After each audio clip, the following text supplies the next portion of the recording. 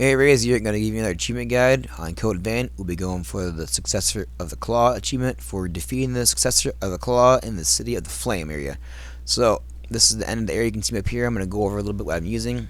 I got Dexterity up, so I got the one-handed sword up. Still using the Queen Slayer and the same weapons throughout the entire game. I kind of mix and match my secondary, not too much of a big deal, honestly. I would just stick with one weapon in the game, put something on you like for an ability-wise, and call it good, and just level it up. Continue onward. Alright, I kinda got the same abilities on my Queen Slayer. I don't have much of a difference on much of that. This boss really isn't that hard. I just kinda like stuck with what I was using throughout the last bit of the game.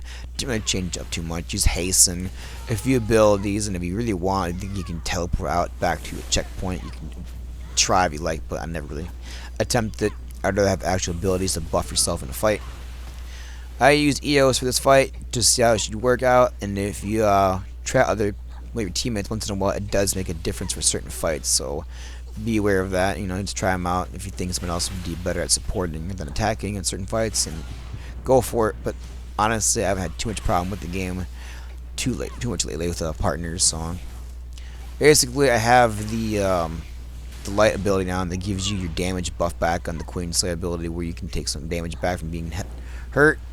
I also use the one to be able to bring up the full health all the way from upon death. You once die, you will run out and you die, so it's another like last resort ability. I'm not gonna need it too much, but the thing doesn't have too much of a bad attacks. It's got some range attacks, charge attacks, the usual stuff. When they get halfway dead, they kind of mix up a bit. Just be aware of the charge attacks, dodge them. You get from a distance, they'll start shooting things at you, so you want to kind of close the gap for this fight. I use kind of most of my melee abilities, and some of my abilities you see down there I'm using for my actual sword attacks. I didn't really rely on too much magic in this one.